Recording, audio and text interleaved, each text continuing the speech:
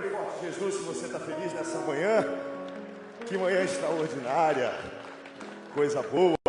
Dê um abraço em 2, 3 pessoas perto de você. Diga bom dia, que bom ver você no culto da família com a escola dominical. Uma manhã chuvosa, fria, gostosa na nossa cidade de Belém. Que bom ter cada um de vocês aqui conosco. Nós ainda temos algum tempinho. Vou pedir que de pé, como você se encontra, você pudesse pegar na mão de 2 ou 3 pessoas perto de você. Eu queria que você fizesse um círculo de oração aí onde está. Eu quero começar essa manhã orando pela sua casa, orando pela sua família, abençoando o seu lar, abençoando sua saúde.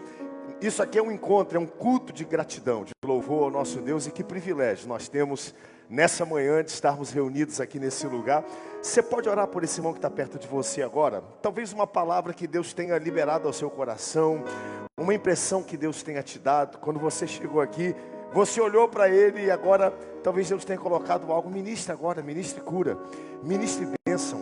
Isso, ministre alegria, ministre livramento sobre sua casa, sua família. Pai, nós estamos aqui reunidos nesse encontro de adoração, nesse encontro de louvor ao teu nome. Como é bom de manhã cedo, o sol se levantou e nós nos levantamos, rompemos até a tua casa, chegamos nesse lugar. Nosso coração está aberto, Senhor, para te receber. Nosso coração está disposto para ouvir a tua voz. Por isso, fala o nosso coração. Nós não queremos só entregar uma manhã de adoração, nós queremos sentir a tua presença. Nós queremos ser tocados, transformados pelo teu Espírito Santo. Pai, venha ter liberdade nessa manhã, que possamos sair daqui dizendo: verdadeiramente o Senhor falou aos nossos corações. Nós queremos te apresentar as primícias dessa semana, queremos te apresentar todos os dias da semana, e por que não as primeiras horas do primeiro dia. Abençoa esse domingo, abençoa toda essa semana, abençoa esse restante de mês. Estende tuas mãos sobre nossas vidas, estende tuas mãos sobre nossas famílias, Pai. Nos livra agora do inimigo, nos livra do acusador, nos livra, Senhor, das suas astutas ciladas. Nós vamos estudar nessa manhã como ele fala, como ele afronta, Senhor, aquilo que tu nos destes, nossa herança, nossa porção. E antes disso, nós já queremos te pedir, Pai, apresentamos perante ti nossas dificuldades, apresentamos perante ti os nossos desafios, apresentamos perante ti nossas alegrias, nossas dores, sabendo que tu cuidas de cada uma delas. Essa é a oração e a súplica que nós fazemos nesse lugar, no nome forte de Jesus. Amém, amém e amém. Dê um aplauso de celebração a Jesus se você está feliz. Eu acho que você pode fazer melhor do que isso. Faça barulho, faça festa a esse Deus poderoso que nós servimos. Tome seu assento por um instantezinho só.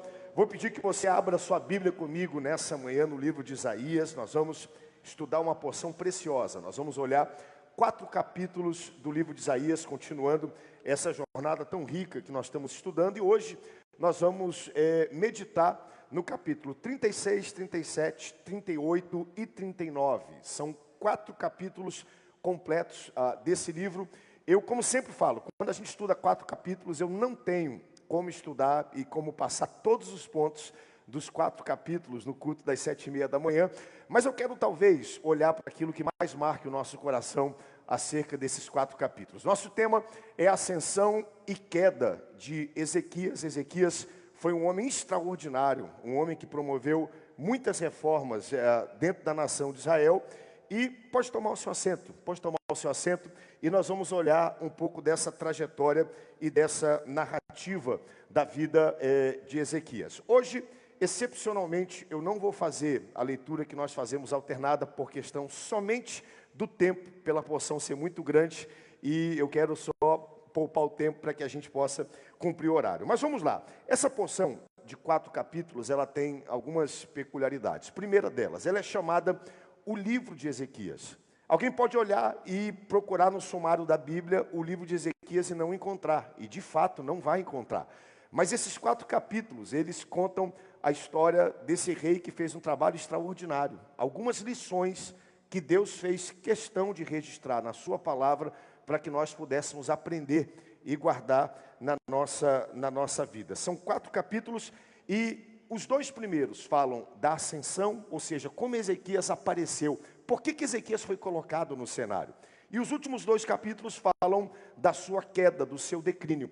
Como nós já conhecemos e falamos muitas vezes da última parte, quando Ezequias ele fica doente, quando o profeta Isaías vai visitá-lo e entrega mais 15 anos de vida, eu quero hoje me focar um pouco mais na ascensão, que são trechos que poucos são ministrados no altar, e são trechos, eu acredito também que é um trecho um pouco mais leve nesse livro, que é um livro que nós já vimos algumas revelações, pontos escatológicos, eu acho que vai trazer uma leveza a essa série de estudos. Mas antes disso, vamos dar uma olhadinha no encarte. Vou pedir que você abra a sua revista, bem no meio dela, você vai perceber que existe um encarte. Se tiver alguém da equipe tem a lanterninha aí, vou pedir que me ajudem, por favor, Elza, se tiver. E esse encarte está bem no meio da sua revista, e ele mostra um pouco da contemporaneidade do livro de Isaías. E o que é interessante a gente olhar? Bem no meio, nós estamos no meio dessa série de estudos. Você está vendo aí, 900 a.C., e até o ano 500 antes de Cristo, que é o tempo que esse timeline, obrigado, ele registra e ele guarda, e a gente vai perceber uma história que se dá há 3.000 anos atrás, ou seja, 900 anos antes de Cristo, a gente já vê um pouco disso, e exclusivamente o livro de Isaías nós temos os primeiros 700 anos, nós estamos falando de algo que aconteceu 700 anos antes de Jesus pisar aqui na terra. O maior profeta messiânico, o profeta que mais falou, mais anunciou Jesus 700 anos antes, ele já vinha fazendo isso. E o que é interessante a gente notar? Você vai perceber que em 900 antes de Cristo, se tiver lanterninha do jeito que tiver, Elza, traz aqui para mim, tá bom? Você vai perceber que houve uma divisão no reino. A ideia que muita gente tem é que a nação de Israel, e quando a gente fala de Israel, era um reino só. E de fato assim foi.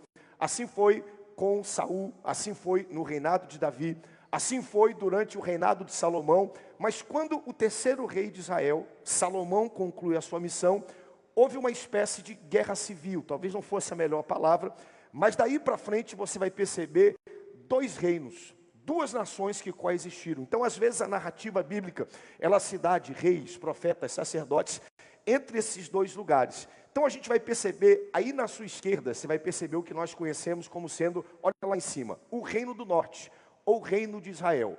Daí para frente, a capital do reino de Israel chama-se-á Samaria. Samaria se torna a narrativa. Lembra da história de quando Samaria é cercada? E aí o profeta Eliseu, ele é levado com uma palavra, aonde se comiam cabeça de jumento, esterco de pombo, toda aquela jornada. A gente está falando do reino do norte, esse aqui, cuja capital se torna Samaria. Do outro lado, nós temos o reino de Judá, e a capital se torna Jerusalém. Então nós temos reis, profetas e sacerdotes que acompanham esses 2 reinos. Note que a gente tem aqui, profeta Isaías, está bem aqui, algo em torno de 700 anos antes de Cristo, e a gente tem aí praticamente contemporâneos 4 profetas. A gente tem Amós, Oséias, Miqueias e Isaías. E embora haja uma linha de divisão aqui no meio, esses profetas eles agiam falando aos reis das 2 nações. É importante que a gente saiba disso. E a gente tem aqui, o ministério profético de Isaías. Nós abrimos em Isaías capítulo 1, estudamos na primeira lição. No ano que morreu o rei Uzias, o ministério profético de Isaías cobriu o período de 3 reis. Nós temos o primeiro rei, o rei Uzias. Uzias faleceu e passou, veio o rei Acais. E agora nós temos o início do reinado do rei Ezequias. E aqui nós temos Isaías acompanhando e sendo a boca de Deus, sendo a pessoa que comunicava os propósitos de Deus a essa nação.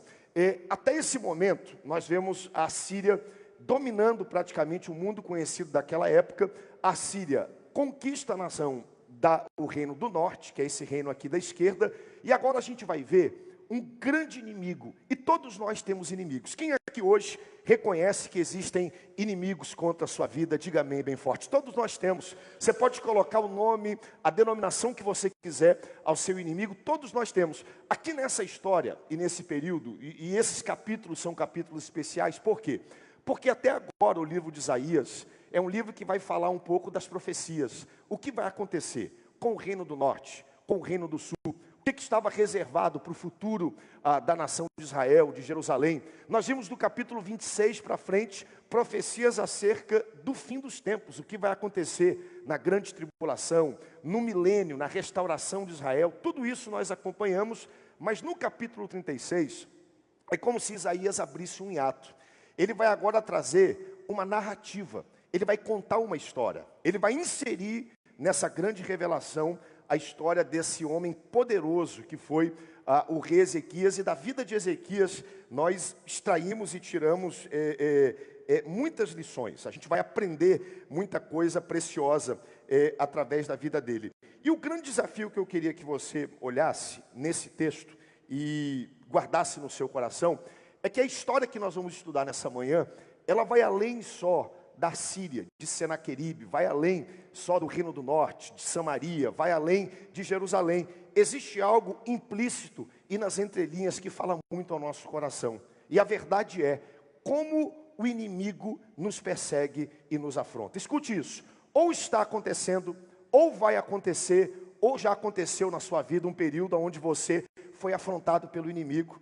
E nós temos aqui uma história que aconteceu há 2.700 anos atrás, e a estratégia do maligno continua sendo a mesma.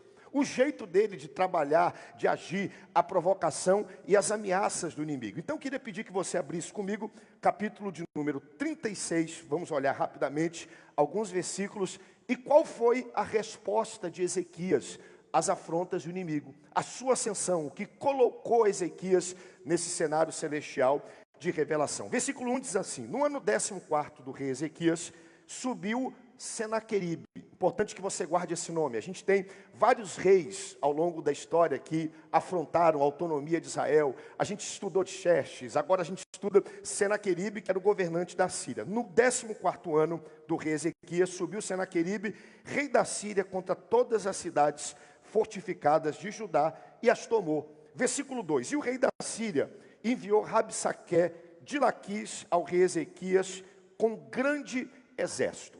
Nesse momento da história, coloca um mapa para mim, por favor, que eu mandei semana passada. Nós temos a Síria, de certa maneira, descendo e o mapa anterior, por favor, o outro, são dois. A Síria dominando todo mundo conhecido que nós tínhamos daquela época. Deixa eu localizar aqui o local do mapa. Perfeito. A gente tem aqui em cima, ó, Império da Síria, tá bom? E aí você vai perceber que toda essa área aqui, ó, aqui nós temos o mar Mediterrâneo e aqui nós temos Israel, que fica aqui nessa pontinha do mar Mediterrâneo. Então a Síria, ela vem descendo e ela vem dominando todos os reinos.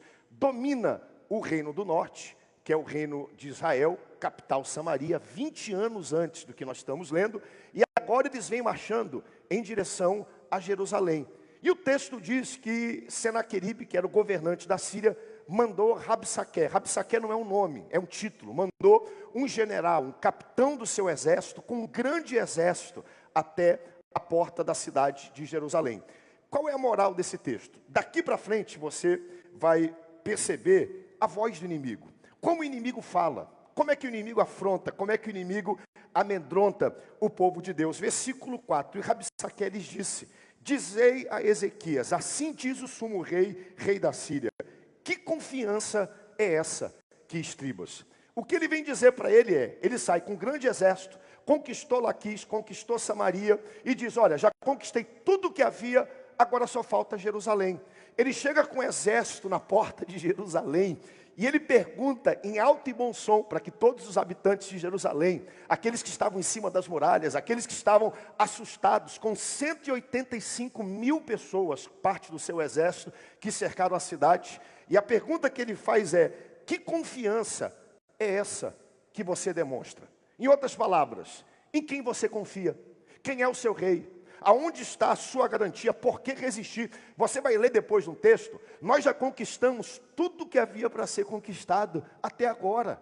Te entrega logo. Abre os portões. Não adianta você resistir à nossa pressão. Em quem tu estás confiando? Versículo 5, o texto continua: bem posso dizer que o teu conselho e poder para a guerra não passam de vãs palavras. Ele está dizendo: vocês não têm força para guerrear, vocês não têm tradição de guerra. Em quem, pois, agora confiais para que te rebeles contra mim? confias no Egito, esse bordão de cana esmagado, o qual, se alguém nele apoiasse, entrará pela sua mão e a transpassará. Assim é Faraó, rei do Egito, contra todos aqueles que neles confiam. Ele primeiro chega na porta da cidade, leva um exército grande e diz: olha, nós conquistamos tudo que tinha para conquistar e chegamos agora, chegou a tua vez. É assim que o inimigo age. Eu quero que você preste atenção no ambiente que está sendo estabelecido, no clima de afronta, de medo, de desconfiança, porque essa é a forma que o inimigo age na nossa vida. Ele cerca a cidade, ele diz: olha, em quem vocês estão confiando? Não adianta confiar, nós já vencemos a todos. Agora ele vai começar a colocar em dúvida todo mundo que está ao redor da nação de Israel. E ele vira para a nação, ele vira para os homens que lá estavam, para o rei Ezequias e fala: vocês vão confiar no Egito? Por que ele está colocando o Egito nisso? Porque o Egito seria a próxima nação a ser conquistada. Bota aquele outro mapa, que é o segundo mapa, que aí está, e aí a gente vai conseguir ver um pouco do Egito aqui nessa história. Olha aqui em cima, aqui ficava a Síria, assírios. Detalhe, a capital da Síria era a cidade de Nínive, que a gente também conhece na história. Lembra quando Deus fala para Jonas: Jonas, sai e vai pregar em Nínive? O que ele faz? Ele pega o barco na direção contrária e ele vai para Tarsis. Por que Jonas fez isso? Por causa de toda essa história. Por que eu vou pregar para uma nação que só fez perseguir a gente, destruir nossas cidades, trazer sofrimento? Jonas não queria pregar em Nínive, parte foi por causa disso. Então aqui em cima, os assírios vêm descendo. Aqui onde está Jope, fica do lado de Jerusalém. E aqui já ficava o Egito. Então o Egito seria a próxima nação. Mas o que Rabsaque está falando aqui nesse texto? Ele está dizendo: vocês vão conversar com o Egito que está lá. Faraó não é confiável. Faraó é como se fosse uma cana quebrada, um pedaço de pau que está quebrado, que você se apoia, ele quebra e agora fura a sua mão. É como se fosse uma ratoeira, que você vai tirar alguma coisa e ela prende a sua mão. Por que ele está fazendo isso? Ele está lançando desconfiança em cima do Egito. Como se quem dissesse: olha, não adianta confiar e chamar o Faraó para te ajudar. Quem sabe eu já tenha ido lá e feito um acordo secreto com ele, quando você for, ele vai também te atacar e ele vai te trair. Por que eu estou trazendo isso para você? Porque quando o inimigo, Rabsaque, diz isso a Ezequias, ele está falando a verdade. A nação do Egito nunca foi uma nação confiável. A cultura de guerra, de aliança do Egito sempre foi uma cultura espúria, de uma nação que mudava de ideia, que fazia acordos debaixo do pano. Lembra da história de Moisés, quando foi para tirar o povo do Egito? Faraó dizia: pode levar o povo, prepara tudo, chama todo mundo. Aí no meio do caminho endurecia-se o coração. Novamente Deus tinha que quebrar o coração. Ele falava uma coisa, fazia outra, dizia que ia liberar e não ia liberar. Então quando Rabsaque diz que o Egito não é confiável, ele está falando a verdade. O que me traz uma lição importante acerca de como o inimigo age. E eu quero que você abra bem o seu ouvido e escute isso nessa manhã. Nem tudo que o inimigo fala é mentira. Nem tudo que o inimigo usa para enganar é mentira. Ah, pastor, mas Satanás não é o pai da mentira? Porque ele é o pai da mentira, ele sabe usar a mentira extremamente bem, colocando a mentira na hora certa para poder malversar a verdade. É assim que ele age. Tudo que ele faz, ele pega um pouquinho de verdade para poder maquiar e macular as mentiras. Ele começa apresentando uma verdade, mas logo que você se abre para a verdade, ele encaixa uma mentira e escraviza as pessoas na mentira. É assim que Satanás age, por toda a história. Sabe por quê? Porque se Satanás apresentasse o que ele é, a maldade, os propósitos, aquele que só vem para matar, roubar e destruir, você reconheceria na hora e sairia correndo. Então primeiro ele apresenta uma verdade, para depois ele encaixar uma mentira. Então ele chega perto do povo de Jerusalém, e ele diz assim: não confiem no Egito, o Egito não é confiável. De fato, todo mundo sabia que o Egito não era uma nação confiável, mas ele também não era uma pessoa confiável. É importante que a gente entenda isso. Quando Jesus foi tentado no deserto, Jesus era o Logo encarnado. A Bíblia diz que o verbo se fez carne e habitou entre nós, cheio de graça e de verdade. A palavra se encarna e habita no nosso meio.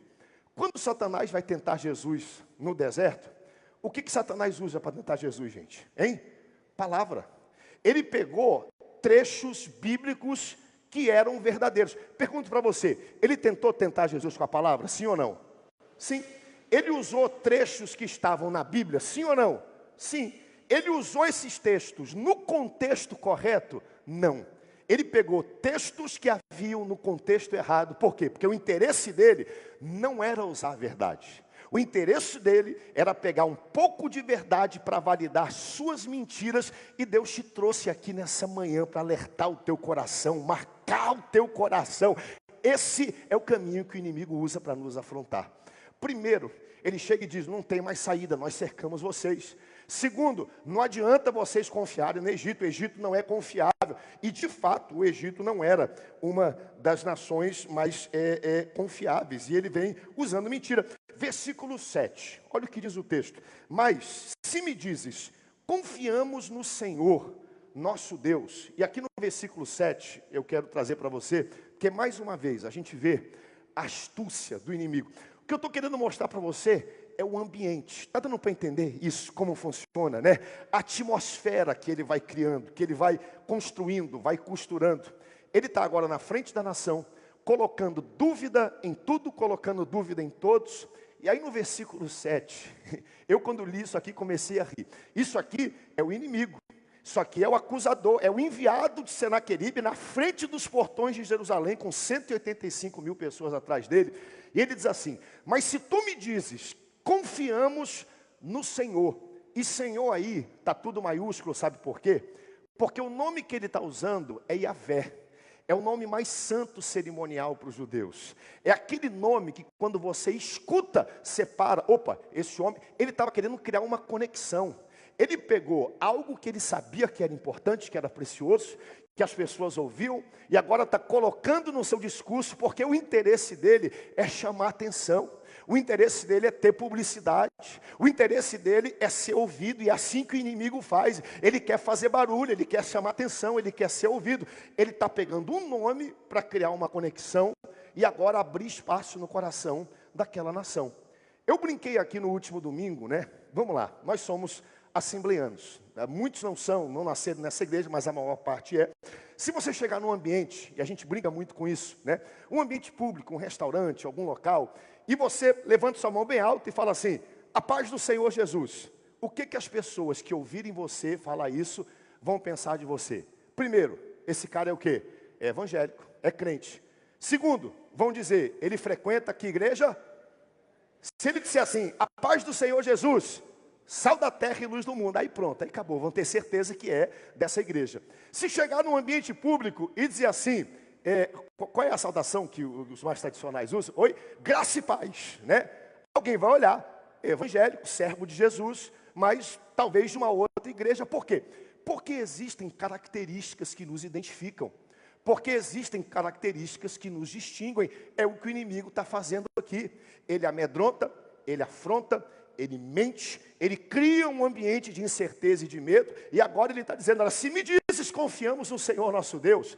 E aqui eu vou, já para a próxima parte, tenho mais 10 minutinhos para terminar essa ministração. Mas se me dizes, confiamos no Senhor nosso Deus, não é aquele cuja os altares Ezequias removeu e disse a Judá e a Jerusalém, perante este altar adorarei. E aqui eu termino com isso, porque isso todos nós vamos identificar como uma maneira clara que o inimigo usa para nos afrontar. Nós temos aqui alguém de fora, estrangeiro, de outra nação, que está querendo dominar a nação, a cidade de Jerusalém, e ele primeiro diz, ó, o exército está aqui, se rendam. Segundo, não confie em ninguém, porque ninguém, é verdade, não são confiáveis, mas nem eles eram confiáveis. Ele diz, se tu confiares em Yahvé, opa, os judeus pararam, opa, esse nome é um nome que nós conhecemos. Aí olha o que ele traz. Ele traz um detalhe do reinado do rei Ezequias. Ezequias era o rei de Judá durante esse período, e Ezequias foi um homem que promoveu uma reforma muito grande. Vocês vão perceber que nos últimos capítulos, Ezequias fica doente. Essa é a palavra, não é isso? Ele fica doente. E aí Isaías entra agora para falar com ele. E Isaías diz, olha, bota tua casa em ordem, resolve os teus problemas. Tu vais morrer, tu tens poucos dias de vida, resolve tudo que tu tem para fazer. Isaías fecha a porta, ele sai da cidade. E quando ele está saindo da cidade, ainda no centro da cidade, a Bíblia diz que Ezequias dobra os seus joelhos, coloca o rosto em pó, e ele começa a clamar, ele começa a se quebrantar perante Deus. Senhor, tu sabes como eu amei a tua casa, amei os teus estatutos, como eu amei o teu altar, tua palavra. A Bíblia diz que Deus teve misericórdia de Ezequias. Na saída da cidade, o Espírito fala ao coração de Isaías: volta lá e diz para o homem que tu acabaste de dizer que esse homem ia morrer, que por causa do amor, da fidelidade dele com a minha palavra, ele vai ter mais 15 anos de vida para experimentar vida abundante e boa sobre a face da terra. Ezequias foi um homem que fez muita coisa boa. Uma das principais coisas está aqui nesse texto. Naquela época, preste atenção nisso, havia um costume em Jerusalém, e o costume de nações pagãs era de se adorar, oferecer sacrifício e louvor em locais altos, na verdade, em montes. E a tradição dessas pessoas, na verdade, a superstição dessas pessoas era: bom, se eu subir, e deixa eu ficar aqui embaixo para exemplificar, né? Estou adorando aqui embaixo, entre eu e o céu, a distância é grande. Então, se eu subir, quanto mais alto eu tiver, mais cedo e primeiro a minha oração, a minha súplica, o meu sacrifício e o meu louvor vai chegar perante Deus. Então, pessoas de nações pagãs, elas procuravam montes, procuravam lugares altos, e de lá ofereciam o seu sacrifício, na expectativa de que quanto mais perto estivessem do céu, o seu sacrifício chegaria antes e a sua deidade ouviria e receberia o seu sacrifício. Nenhum problema até aí. A questão é que agora o povo de Israel começou a incorporar essa prática. Eles começaram também a frequentar lugares altos, e aqui está a grande questão.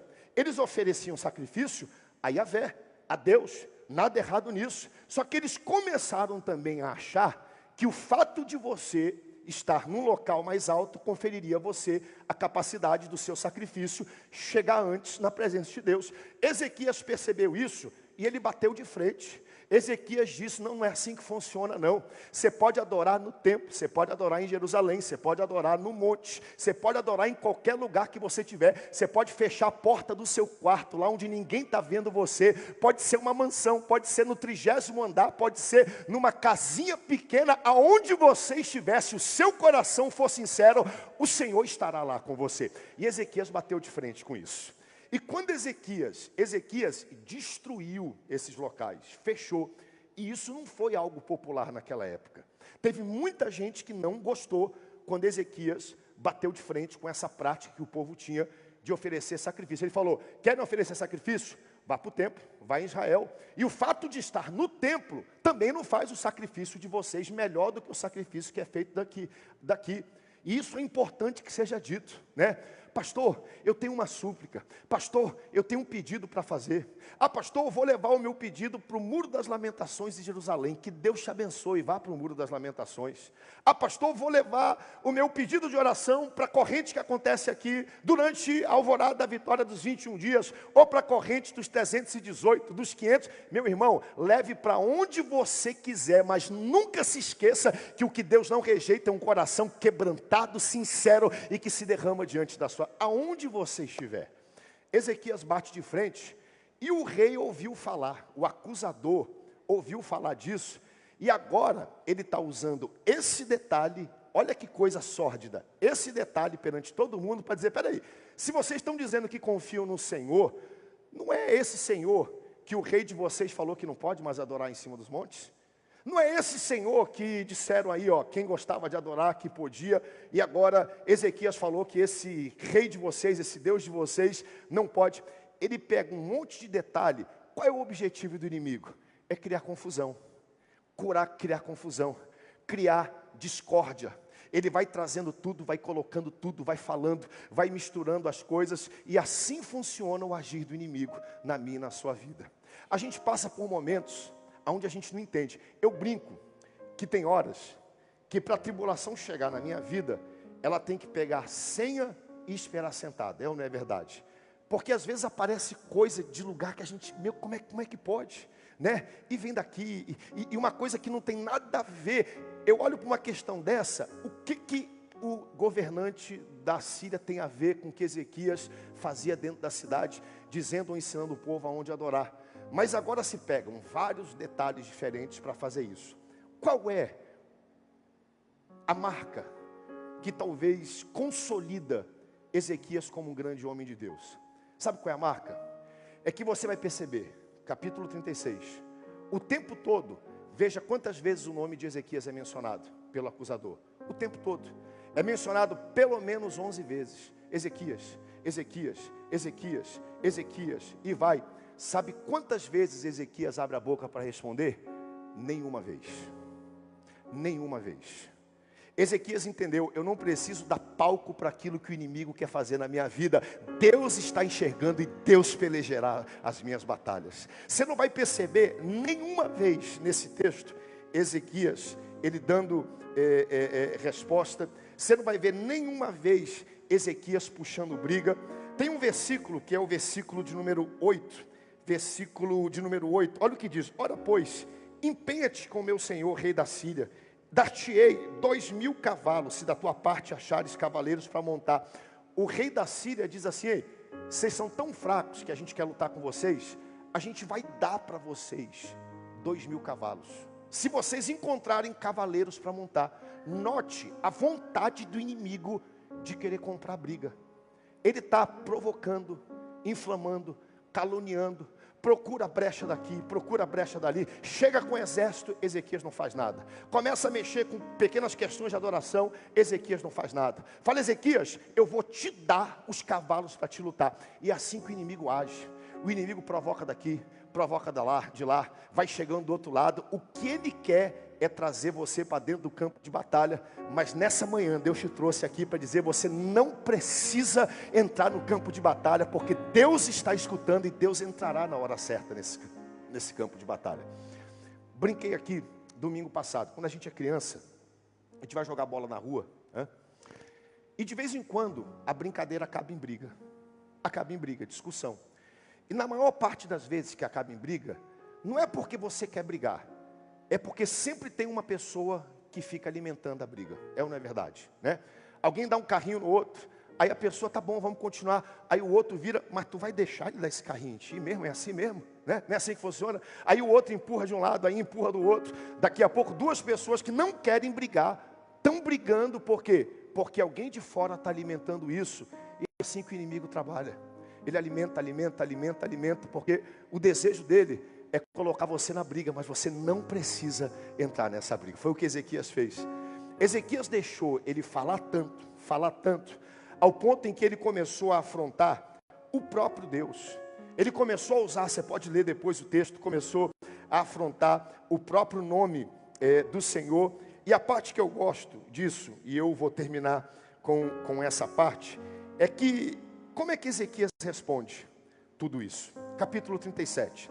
Capítulo 36, todinho afronta, acusação. Vai por aqui, vai por lá, procura uma brecha, tenta trazer Ezequias para a briga. Capítulo 37, versículo 1. Tendo o rei Ezequias ouvindo isso, rasgou as suas vestes, cobriu-se de pano de saco e entrou na casa do Senhor. Vou repetir para você. Tendo Ezequias ouvindo isso, rasgou as suas vestes, cobriu-se de pano de saco e entrou na casa do Senhor. Oh, glória seja dada ao nome do nosso Deus. É isso que você está fazendo. Você está aqui nessa manhã.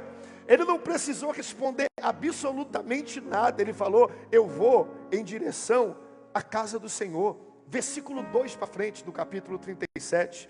Então enviou ele aqui o mordomo, a Sébna, o escrivão, e aos anciãos dos sacerdotes com veste de pano de saco, ao profeta Isaías, filho de Amós. Olha que coisa importante, é a comunhão com a casa do Senhor. Quando Ezequias ficou desesperado, sabe para onde Ezequias foi? Para a casa do Senhor. Tem muita gente que fica desesperado, vai para o bar, vai para a prostituição, vai para a bebida, vai para as drogas, ou vai para a briga, vai para a afronta, começa a responder: alguém falou de mim, do jeito que veio eu vou responder do mesmo jeito. A Bíblia diz que Ezequias, sendo afrontado, primeira coisa que ele fez, foi para a casa do Senhor.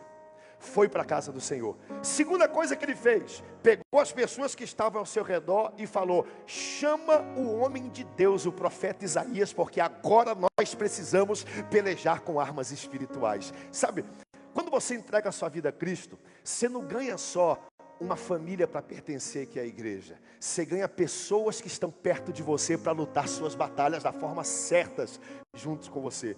Ele chama o profeta Isaías, e eu amo o que acontece daí para frente, porque a Bíblia diz que Isaías, ele foi ter com Ezequias, e no versículo de número 6 está escrito assim: Isaías lhes disse, dizei isto a vosso Senhor, assim diz o Senhor, não temas por causa das palavras que ouvistes, com as quais os servos do rei da Síria blasfemaram contra mim. Eis que meterei nele um espírito, e ele há de ouvir certo rumor, e voltará para a sua terra, e eu o farei cair morto sobre a sua espada. Que coisa extraordinária. Mais para frente, o rei da Síria, não satisfeito, manda uma carta. E ele manda uma carta afrontando Deus, afrontando Ezequias, afrontando a história, dizendo: olha, o Deus de vocês não vai salvar vocês. Cadê o Deus das outras nações? Cadê o Deus de Samaria? Porque Samaria também caiu, vocês não vão cair. E aí, como é que Ezequias termina essa história? A Bíblia diz que Ezequias, ele pega essa carta e ele coloca essa carta diante da presença do Senhor. Versículo 14, a oração de Ezequias. E eu vou terminar lendo essa oração e lendo com você a resposta do Senhor. Capítulo 37, versículo 14. Tendo Ezequias recebido a carta das mãos dos mensageiros, leu-a e então subiu à casa do Senhor e estendeu-a perante o Senhor e orou ao Senhor dizendo, note a oração de Ezequias. Ezequias não apresentou nada das acusações. O que Ezequias fez foi glorificar a Deus, adorar a Deus, exaltar a Deus, olhar para Deus. Olha a oração dele: ó Senhor dos exércitos, Deus de Israel, que está entronizado acima dos querubins, tu somente é o Deus de todos os reinos da terra. Tu fizestes os céus e a terra. Inclina, ó Senhor, os teus ouvidos e ouve. Abre, o Senhor, os teus olhos e vê. Eu quero parar aqui. Senhor, inclina os teus ouvidos e ouve a acusação que é feita contra o teu filho. Abre os teus olhos e vê agora, Senhor, que é intentado contra ele. Ouve todas as palavras que Senaqueribe, as quais ele enviou para afrontar o Deus vivo. Verdade é, Senhor, que o rei da Síria assolou todos os países, suas terras, homens, suas terras, senão obra de mão de homens, de madeira e de pedra, por isso destruíram. Agora, pois, ó Senhor nosso Deus, livra-nos das suas mãos, para que todos os reinos da terra saibam que tu és o Senhor, louvado seja o seu nome. Qual é o resultado disso? Pastor, vale a pena confiar em Deus? Vale a pena confiar em Deus. Vale a pena a gente não responder? Vale a pena a gente não responder. Sabe por quê? Porque quando você responde, Deus tira a mão e fala, eu não preciso agir, por quê? Porque você já está agindo. Agora, quando você tira a mão e entrega na mão de Deus, Deus fala, fica tranquilo, porque na hora certa, eu vou colocar a minha mão e eu vou agir. O problema é que nós não temos a paciência de esperar a hora certa. É difícil confiar em Deus. É difícil a gente, às vezes, segurar a nossa palavra, segurar o nosso temperamento. Moral da história, Ezequias não fala nada, Ezequias confia no Senhor. Tem um corinho que diz assim, vou levar meus problemas para Deus, entregar meus problemas para Deus, abençoar minha família, minha casa, meus irmãos, pois eu creio no poder da oração. Eu creio no poder da oração. Vale a pena levar os problemas para Deus? Vale a pena confiar no Senhor? Vale a pena às vezes pegar essa carta de destruição? Vale a pena pegar esse diagnóstico médico, essa dívida, essa causa, colocar perante o altar do Senhor, dizer, Senhor, eu não sei o que fazer, eu não tenho como responder, mas Tu, Senhor, é o Deus dos céus e da terra, e Tu podes todas as coisas. Vale a pena a gente ter esse tipo de confiança.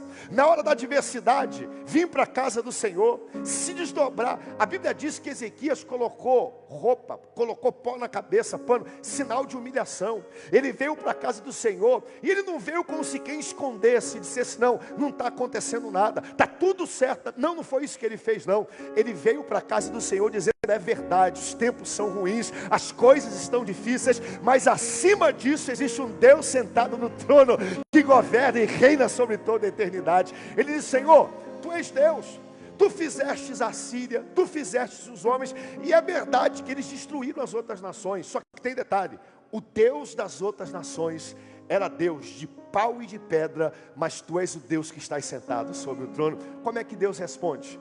Olha que coisa fantástica, só o nosso Deus faz isso. Capítulo 37, versículo 36. Então saiu o anjo do Senhor e feriu no arraial dos assírios a 185 mil. Só isso aqui valeria um brado de glória a Deus. Ezequias não teve que fazer nada, a não ser confiar no Senhor, crer no Senhor, esperar no Senhor. Então saiu o anjo do Senhor e feriu do arraial dos assírios 185 mil. E quando levantaram-se os restantes pela manhã, eis que todos estes eram cadáveres. Retirou-se, pois, Senaqueribe, rei da Síria, foi e voltou para a Síria e ficou em Nínive. Eu quero declarar nessa manhã que assim Deus fará na tua vida e nas tuas causas. Levante suas duas mãos para os céus. Pai, nessa revelação poderosa do livro de Isaías, nessa linha, Pai, de confissões acerca da vinda do teu filho, abriu-se um hiato para se colocar uma narrativa. Essa narrativa diz respeito à vida de um homem chamado Ezequias. Ezequias não era perfeito, assim como nós não somos perfeitos. Ezequias não tinha todas as respostas, assim como nós não temos todas as respostas.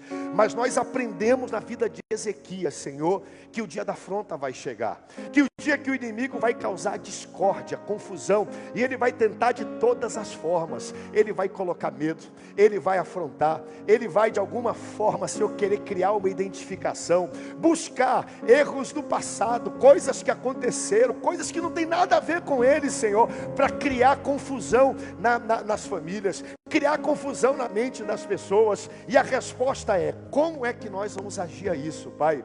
Tua palavra nos ensina que Ezequias poderia ter respondido. Ezequias tinha exército também para responder, Pai, mas a atitude de Ezequias foi de se humilhar, vir para a tua casa e buscar a tua palavra. Ele trouxe aquela carta e ele colocou perante ti, Deus. E nesse momento, cada um de nós traz uma carta. Coloque essa carta perante o Senhor nesse momento. Coloque essa carta perante o Senhor. Coloque essa carta perante o Senhor. É um filho? É o seu casamento? É a sua saúde? É a sua vida material? É uma perseguição? Coloque essa carta perante o Senhor. Coloque essa carta perante o Senhor. E Ezequias orou: Senhor, Tu és o Deus dos céus e da terra. Pai, nós estamos aqui para declarar que Tu és o Deus dos céus e da terra nessa manhã, Pai. Tu és o Deus que não falha. Ezequias ora e a Bíblia diz, Pai, que naquela mesma noite o anjo do Senhor entrou e arrasou o arraial da Síria, Senhor. Houve confusão, ele não precisou fazer nada, Pai. Nós te pedimos agora: preserva o teu povo, preserva a tua igreja, preserva as famílias debaixo de boa paz, para que o teu nome seja glorificado. O povo de Israel sabia, todos saberão dessa vitória, mas nós sabemos que quem promoveu essa vitória foi a mão do Senhor, Pai. E que nós possamos saber que quem promoveu essa vitória foi a mão do Senhor. Dê um aplauso, um brado de glória a Deus nessa manhã, porque o Senhor faz isso na nossa vida e na nossa história.